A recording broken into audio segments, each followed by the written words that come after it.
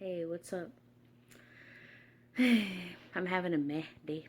I just wanted to record myself because I'm actually in a pretty sarcastic mood. You know, I feel, like, don't get me wrong, my therapist is watching this. I took my meds, I took one to calm me down. But, I don't know. It's just one of these days is, not every day is a walk in the park. You have your good days, you have your bad days. But to be honest, with having schizoaffective bipolar disorder, most of the days are challenging because I gotta fight myself just to get out of bed, to brush my teeth, to take care of minimal things that that seem so minute for other people. But right now, well, wait, you would think that I don't feel alone, right? With all the voices that keep me company, right?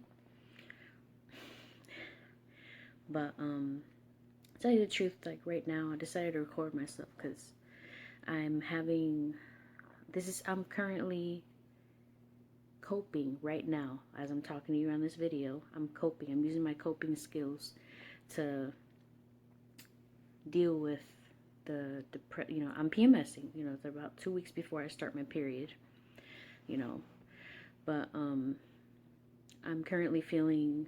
Of course, I was feeling depressed. That's like, unfortunately, most people won't even notice that I'm depressed because I cover it up, so well. But um, depressed, and actually with a lot of energy.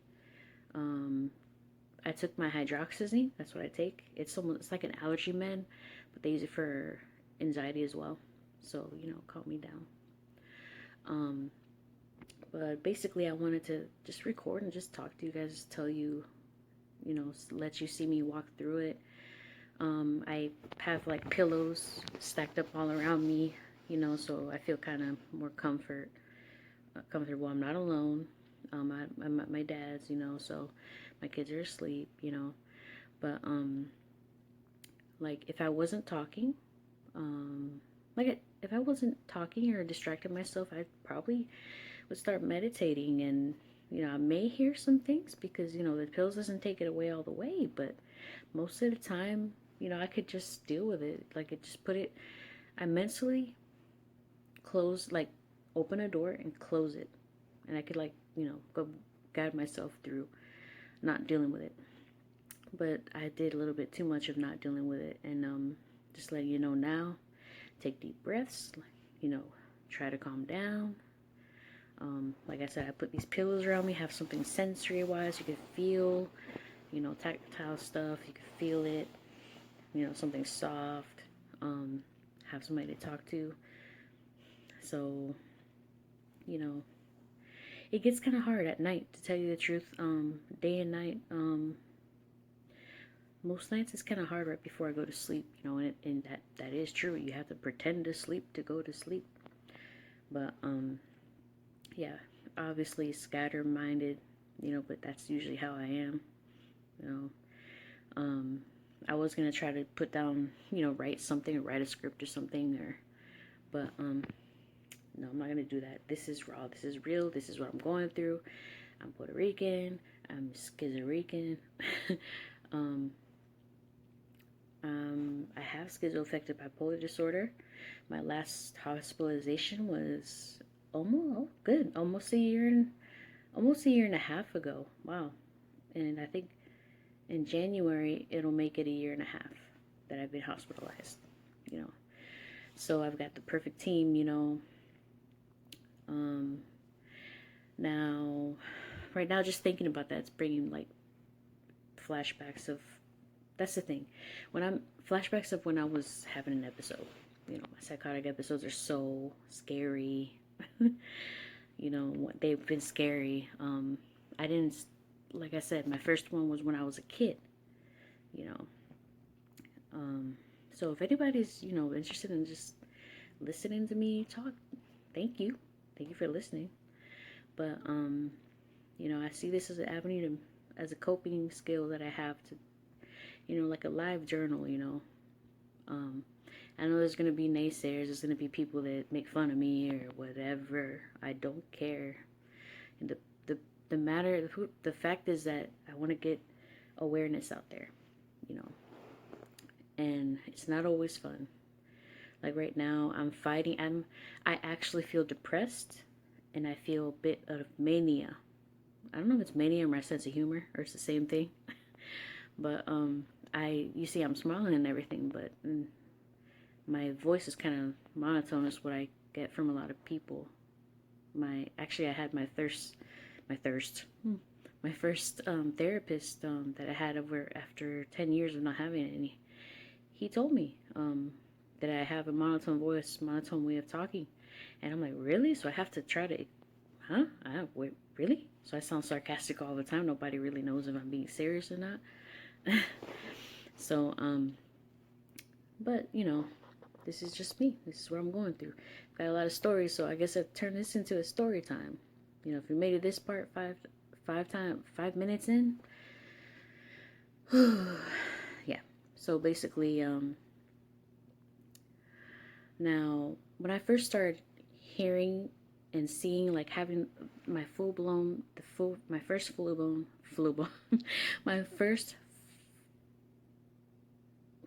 full blown episode was, unfortunately, there was a time before I had my son. I was sent to Puerto Rico because God bless my family, but they couldn't deal with me.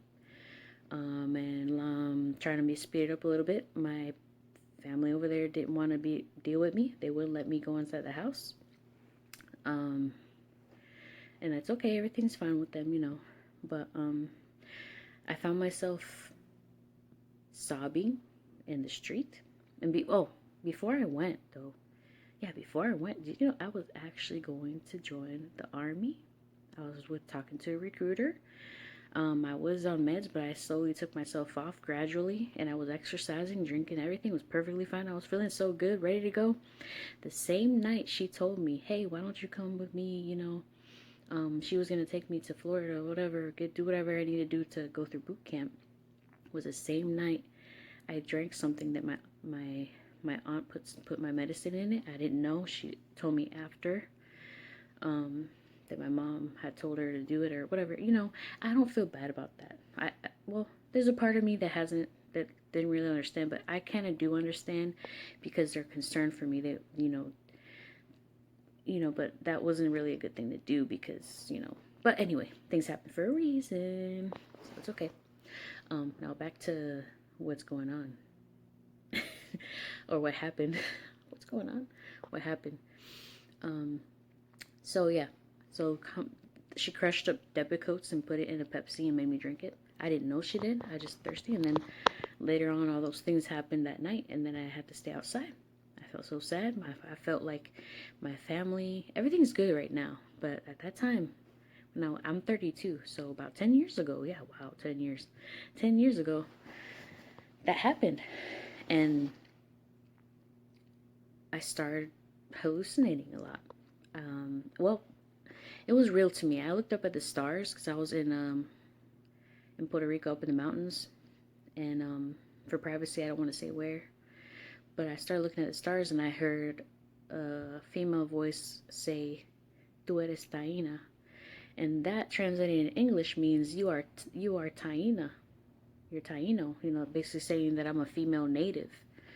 And I started crying. I'm like, what the heck am I listening to? And then I heard a male voice say, "Sonríe, mira para el cielo." I said, that means smile, look at the sky. And then I heard it was like having a crowd of people saying, "Tu eres Taína, you're Taíno, you're strong, you could do this, we're here for you." And I started crying. I was like, I couldn't go anywhere. So I was like, I have my knapsack, I have my, whatever I have, and I was like I said, I was already out of it, because whatever, to get so much Depakote after so long of not being on something, then everything that was going on, So I started walking. It was like after midnight down, the mountain. And after I wiped my tears, I remember hallucinating, seeing certain things. Now there was this, I know I mentioned the gesture before, but there still is. There's this guy, he's Puerto Rican, but he calls himself Willie. And that's the first time I saw him was in Puerto Rico. And I didn't know his name. I didn't hear his name until like after my son was about like 5 years old. So, but he's always been there. The gesture, yeah, but I could really tell when Willie's there. But I first saw that, I guess you want to say, personality, not a personality, but it was, to me, it's like another person that I can't see. Nobody else could see, only I can. I can see him, I can hear him, you know. But I met him over there. Met him. Well, that's what happened. I was hallucinating, I guess, you know. But to me, like I said, to people like us, it's real. We experienced it. In our reality, we experienced it. But I saw like a face smiling at me, and I'm like, what? You know, at this random house that I walked by, and I stopped.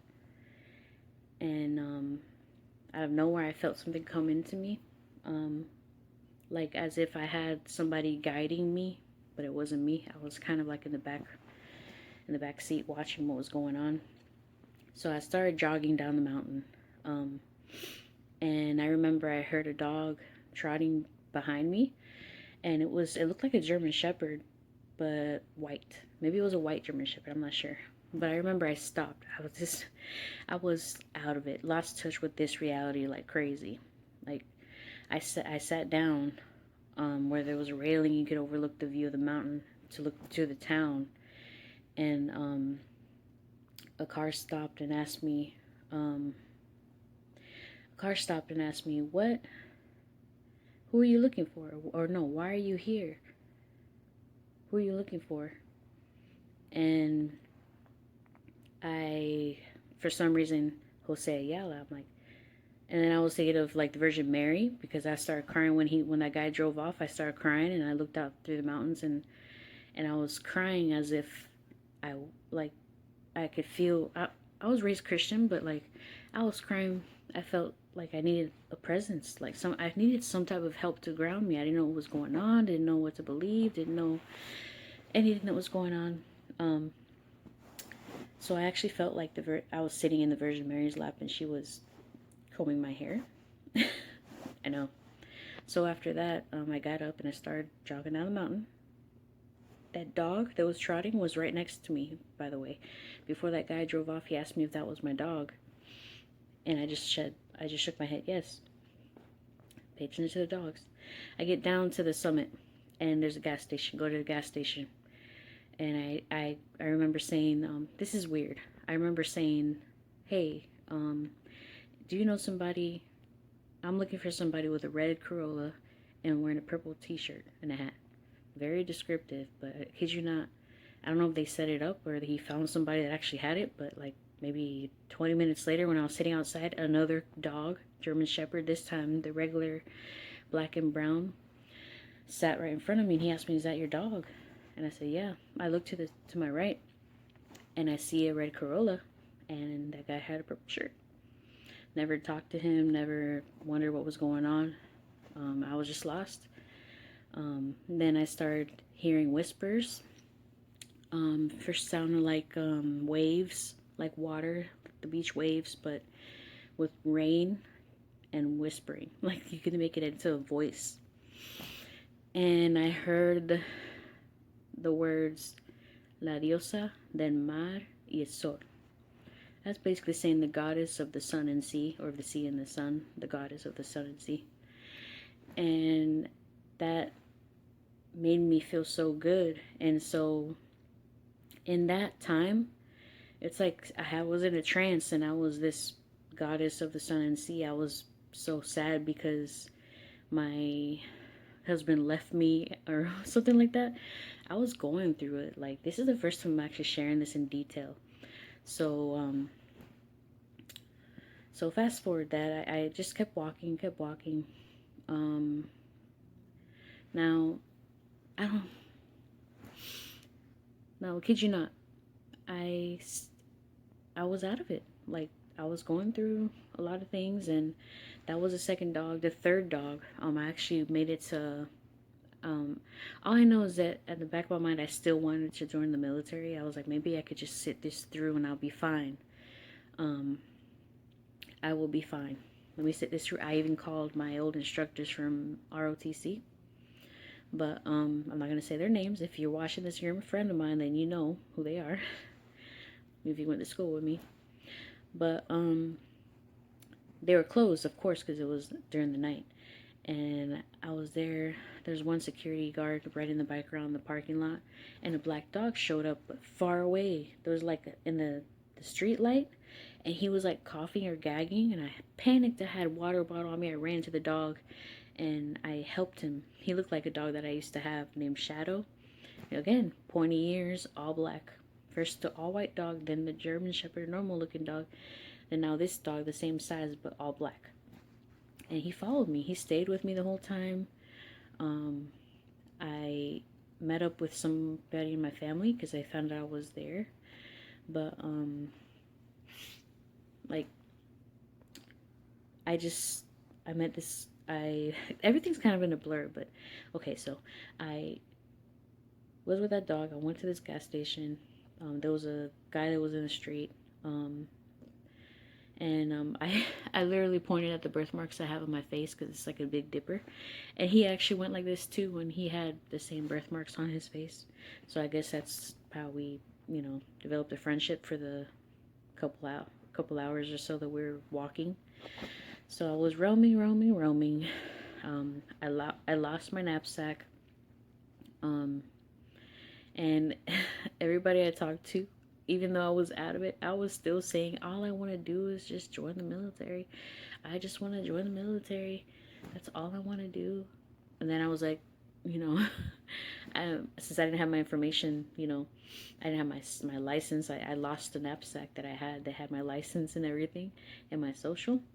So, of course, they look for me in Puerto Rico. They can't find me. And I didn't know that my mom, I forgot that, like, in Puerto Rico, you take your mom's maiden name. As your last name is my mom. But, yeah, so they couldn't find me. So the first place I went to, I was talking to them. I was like, I just want to join the Marine Corps. Yeah, I did want to join the Marines. But I was going Army, because of my history of medicine or whatever. But, I was still strong on that. And I remember meeting a couple of family that showed up there, and the older lady, those with the two kids, started crying when she saw me, and I started crying too. And I'm like, what the heck's going on here? It's kind of mysterious. But yeah, so from there I kind of don't remember much of what was going on. But now I'll just fast forward. I was looking for somebody that I could call my mom. So when I was walking around, at this point it was just me, no dog, no guy that I met. I was walking around and I saw a police station, and I'm like, you know what? I'm just gonna go to the police station. I'm gonna tell them what's going on, and I'm gonna call my mom and get her on the phone and see if she can find some help for me, because my family here didn't want me to be in their house. So, well, tell you the truth, they weren't as nice as I thought they were. They told me to sit. They were kind of, edgy. They weren't going to help me with a phone call. So I was out of it. I was like, you know what? I can't do anything. And then I walked out. I remember one of the policemen said, hey, they were trying to get my attention, and they grabbed me. And I'm like, I flinched, and they started trying to, like, get my attention. I guess they needed a quote on me. I don't know, but they started pushing me against the car, and I'm like, I got in the car, and I locked myself in the police car. They're armed. They can do stuff. They could have shot me or something, but no. I got into that police car, locked the doors, and I destroyed everything in there. The mirror, the box, the cables from the radio, everything. I got so pissed off, and then I unlocked the doors, and I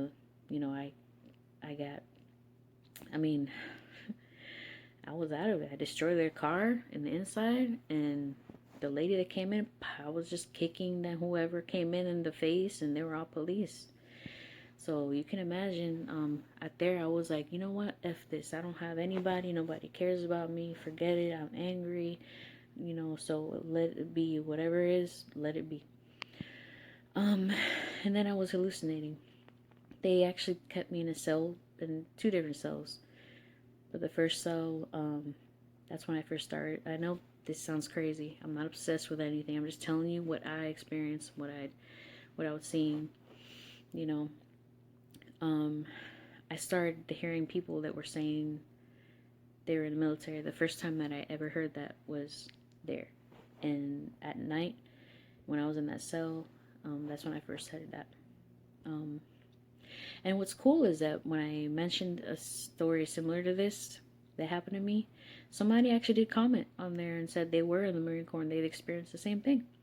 You know, weird things. You know, you can't prove any of it, but hey, at least somebody I know has experienced the same thing. Not saying it's real, but it was real to me, and it's good to know that somebody else went through the same thing. But I ended up going to a correctional facility in Isabel, I think. And I was so angry. I was so angry because nobody was believing what I was saying. So I actually started talking in gibberish to the point where the psychiatrist on the correctional facility was saying, "Oh, do you worship the devil?" I'm like, "No." I speak Spanish. You didn't understand me. You didn't believe me. I speak English. You don't know English, so I'm going to speak gibberish. And then I was saying something. It was so funny. To me, it was funny. But, like, since nobody believed me that I was not from here, that my family does not want me, that I... this is going to be funny. That I didn't have no family or nothing. I literally kept saying, Don Omar is my dad, and Daddy Yankee's my cousin. I swear I was done. I was done. I did not want to do it anyway. I'm like, let me just say something crazy. You know, let me just say something crazy. So by the time I actually got to the correctional facility, the weird thing is that when I got into my cell, it was pretty good. It was pretty clean. You know, it had a nice comfy bed, toilet and everything, mirror, but it had a window that I could look through. And I looked through that window and I saw on a cart, I saw boots, folded up camouflage uniform, and a helmet on the top. That's what I saw. And then for some reason I felt like, you know, I was getting paranoid. I saw that and I did not know what to make of it. So I'm like, really? So I'm just gonna go through all this? Really? But yeah. And then I kind of covered my face because I felt like they were trying to put gas or some type of nitrous in the air to calm me down or make me sleep. That's just what I thought. And then the minute I sat on the bed, Willie showed up. The difference between Willie and the gesture was there to make me laugh, you know, or to keep me company, to make me laugh here and there. But Willie was different. He was like a authority figure, you know, like I had to listen to him to learn how to respect authority or something like that. And like I was just, you know, dealing with stuff there. I spend whatever I could spend time in my bed trying to relax, and he would be talking or he had me sit down. I was listening to him. For a moment, I'm like, I got tired. This was 10 years ago, and I still go through this. But the difference is that my coping skills are a lot better.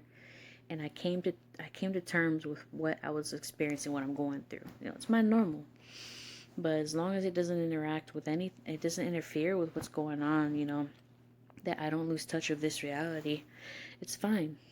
But, yeah, that's what happened there.